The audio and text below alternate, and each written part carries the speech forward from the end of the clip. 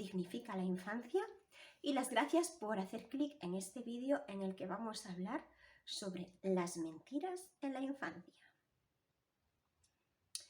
Bien, lo primero que vamos a hablar es ¿por qué mienten los niños? Vale, la primera fase de la mentira es cuando todavía no saben mentir. Es decir, de los 0 a los 2 años, 2 años y medio, los niños y las niñas no mienten porque todavía no han vivido el tiempo suficiente como para darse cuenta de que sus actos tienen consecuencias. De ahí viene la expresión de los niños siempre dicen la verdad. Realmente no siempre dicen la verdad, pero sí en su primera fase de desarrollo, su primerísima fase de desarrollo, es decir siempre la verdad. Si un niño de 2 años le pega a otro y el otro llora, tú le preguntas, ¿le pegaste? Y te dice sí. Y aparte está todo desconcertado como diciendo llora, no sé por qué llora. Porque no tienen todavía la madurez para ponerse en el lugar del otro, no tienen la madurez para darse cuenta de que eso va a tener una consecuencia. Entonces dicen la verdad. Bien. Sin embargo, a partir de los 2 años y medio, 3 y por supuesto 4 y 5 años, aprenden a mentir. ¿Por qué? Porque descubren que sus actos tienen consecuencias. Cada vez que pega a un compañero, una compañera, hay una consecuencia negativa para él. Sale perjudicado, sale perjudicada. Entonces hay una tendencia natural a protegernos a nosotros mismos y a decir, la próxima vez que pegue, ahora que sé que pegando tengo consecuencias negativas, si me preguntan si pego, digo que no. Y así evito esa consecuencia. Y esas son las primeras mentiras. Y si lo piensas, es hasta razonable. De hecho, las personas adultas también lo hacemos. La persona que diga yo siempre digo la verdad, está mintiendo. Porque para nosotros, para evitar consecuencias negativas, para evitar problemas mayores, pues en muchas ocasiones recurrimos a mentiras o mentirijillas, ¿vale? De la misma manera lo hacen los niños, lo hacen las niñas. Bien, luego la última fase sería ya de los 6, 7, 8 años en los que ya son capaces de elaborar una mentira. Mienten y cuando surgen preguntas sobre ese hecho, sobre esa mentira, son capaces de mantenerla y elaborar nuevas frases, nuevas justificaciones y continuar una mentira en el tiempo. Eso ya es un proceso de maduración superior. Y esas serían las fases de la mentira. ¿Cuándo hay que preocuparse? Bien, hay que preocuparse cuando el niño o la niña no mienten como una protección personal de evitar una consecuencia negativa posterior, sino que mienten como una llamada de atención. Ahí sí hay que preocuparse porque entonces se está manifestando una falta de afecto, una falta de atención. Y ahí puede hablar de un problema de autoconcepto, una baja autoestima, y entonces el niño o la niña recurren a la estrategia de mentir porque esa fantasía que está diciendo, ese hecho que está describiendo, está llamando la atención de los adultos del entorno. Entonces le gusta, le funciona. Entonces ahí ya hay hay que encender una alerta porque hay que ver por qué esa llamada de atención. Hay un desequilibrio. ¿De dónde viene ese equilibrio? ¿No paso tiempo suficiente con mi hijo, con mi hija? ¿O sí paso tiempo suficiente, pero estamos juntos físicamente, pero en realidad yo estoy a otra cosa? ¿No es tiempo de calidad? ¿Cómo puedo mejorarlo? ¿De dónde viene eso, no? Entonces esas mentiras sí que nos han de preocupar. Bien, ahora vamos a ver 3 tips para gestionar las mentiras. Bien, lo primero que debemos hacer, ya no en las mentiras, sino en la educación en general, es tener claro este tip, este consejo que os voy a decir, que es está en los top 10 de los consejos educativos, y es: no lo hagas tú. Si no quieres que tu hijo o tu hija lo hagan, no lo hagas tú. Eso es de las primeras cosas que tenemos que tener claras en educación o en la crianza. Si tú dices la verdad o reconoces haber dicho una mentira, le estás mostrando a tu hijo, a tu hija, cómo decir la verdad, cómo reconocer una mentira, ¿no? Te van a copiar, es decir, los niños aprenden de muchas maneras: por maduración, por admiración, por repetición y por imitación, es decir, imitan tanto lo bueno como lo malo que tenemos. Entonces, lo primero que debes hacer es darle ejemplo y no mentir delante de ellos,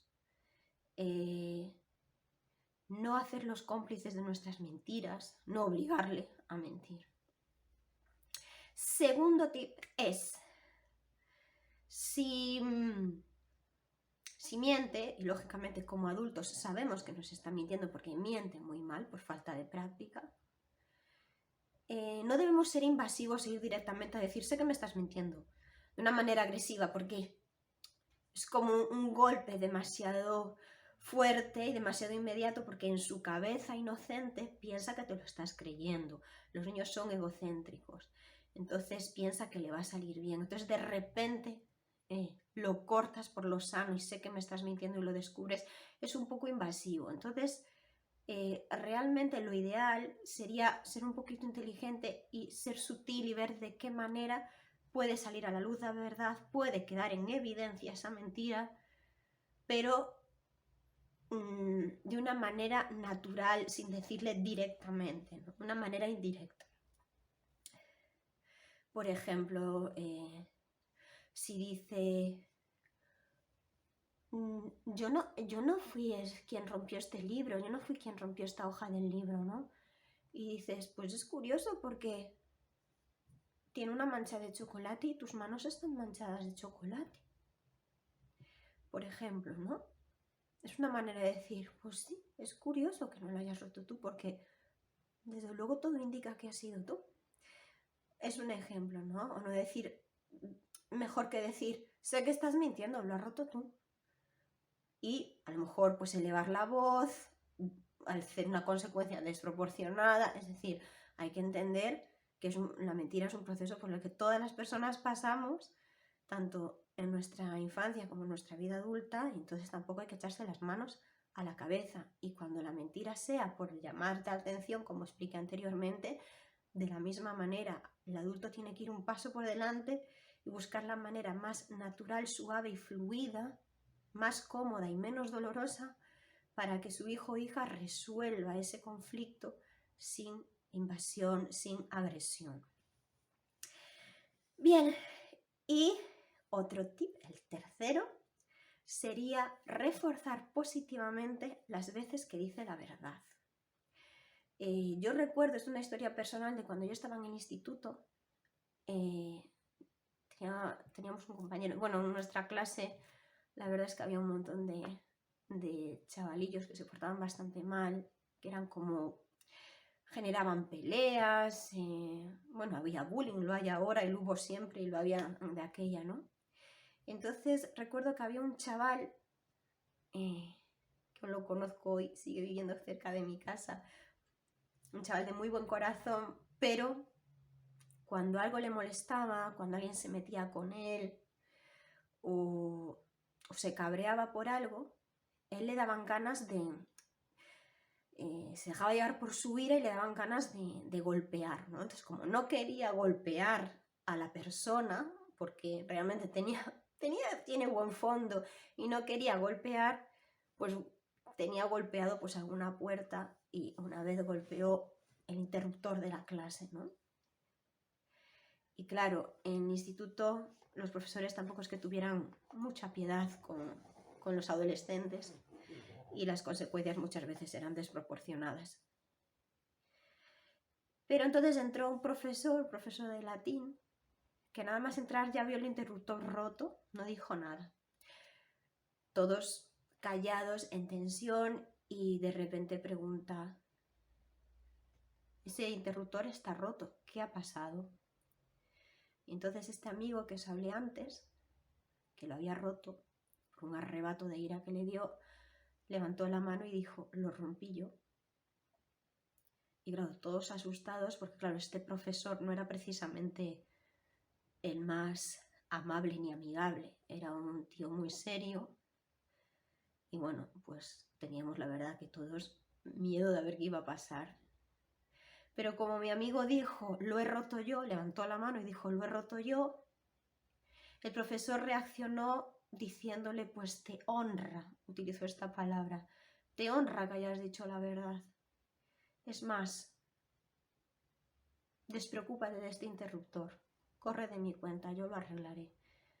Porque el valor que le has echado al reconocer que has sido tú, sabiendo las consecuencias a las que te exponías, es admirable y quiero más premiarte por lo que has hecho que por haber dicho la verdad y ser valiente, a por ese arrebato que te dio, que evidentemente está mal, pero una persona que sabe lo que está bien también sabe lo que está mal, así que pienso que no debes de tener ninguna consecuencia y yo arreglaré este interruptor. Y yo siempre recuerdo eso y se lo cuento a mis alumnos. De hecho, ese chico tuvo una hija y yo fui profe de esa hija y recuerdo haberlo contado, ¿no? Como la historia del papá de esta niña. Y entonces los propios niños, cuando alguna vez, no todos ni siempre, pero sí que pasa, y hay una tendencia de que cuando ellos ven que la sinceridad es valorada, pues les cuesta menos decirla. Entonces hay que saber cómo es esa mentira, qué intencionalidad tiene, le ha echado valor, he dicho la verdad. Hay que valorarlo todo y fomentar y reforzar las veces que dicen la verdad. Bien, y esto ha sido todo por hoy. Si te ha gustado el vídeo, pues me alegro muchísimo y nos vemos en el siguiente. Un besito, chao.